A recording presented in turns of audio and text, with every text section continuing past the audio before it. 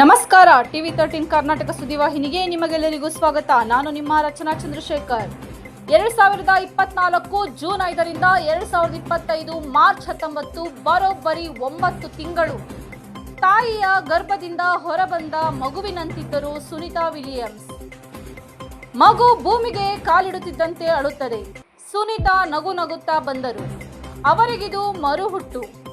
ಅಕ್ಷರಶಃ ಅವರಿಗೀಗ ಮಗುವಿನಂತೆ ಚಿಕಿತ್ಸೆ. ಬಾಹ್ಯಾಕಾಶದಲ್ಲಿ ಕಾಲ್ನಡಿಗೆಯನ್ನೇ ಮರೆತ ಸುನೀತಾ ಮಗು ಪುಟ್ಟ ಪುಟ್ಟ ಹೆಜ್ಜೆ ಇಡುವಂತೆ ಇಡಬೇಕು. ಅವರ ಹಿಮ್ಮಡಿ ಅಷ್ಟು ಸೆನ್ಸಿಟಿವ್ ಆಗಿರುತ್ತದೆ. ಅವರ ದೇಹವು ಭೂಮಿಗೆ ಹೊಂದಿಕೊಳ್ಳಬೇಕು.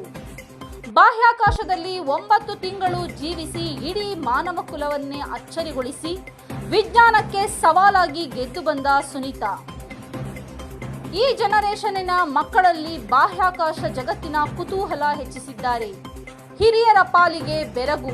ಹಿಂದೆಂದೂ ನಾಸಾ ಬಾಹ್ಯಾಕಾಶದ ಬಗ್ಗೆ ಚರ್ಚೆಯಾಗಲಿ ಕುತೂಹಲವಾಗಲಿ ಹುಟ್ಟಿರಲಿಲ್ಲ. ಪ್ರತಿ ಮನೆಯಲ್ಲೂ ಸುನೀತಾ ಬಗ್ಗೆ ಮಾತು.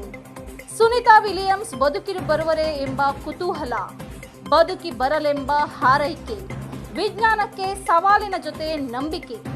ಬಾಹ್ಯಾಕಾಶದಿಂದ ಭೂಮಿಗೆ ಕಾಲಿಟ್ಟ ಮಗುವಿನಂತಹ ಸುನೀತಾ ಸಾಮಾನ್ಯ ಜನರ ಪಾಲಿಗೆ ಅಚ್ಚರಿಯ ಆಕಾಶಕಾಯ. ಅವರ ಮುಖದಲ್ಲಿ ಬಾಹ್ಯಾಕಾಶ ಗೆದ್ದ ಸಂಭ್ರಮ.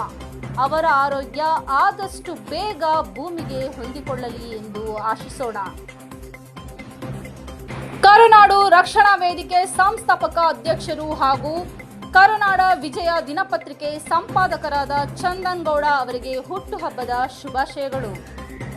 ಶುಭ ಕೋರುವವರು ನಮ್ಮ ಕರ್ನಾಟಕ ಸೇನೆಯ ಜಿಲ್ಲಾಧ್ಯಕ್ಷರಾದ ಭಾನುಪ್ರಕಾಶ್ ಮತ್ತು ಎಲ್ಲ ಪದಾಧಿಕಾರಿಗಳು.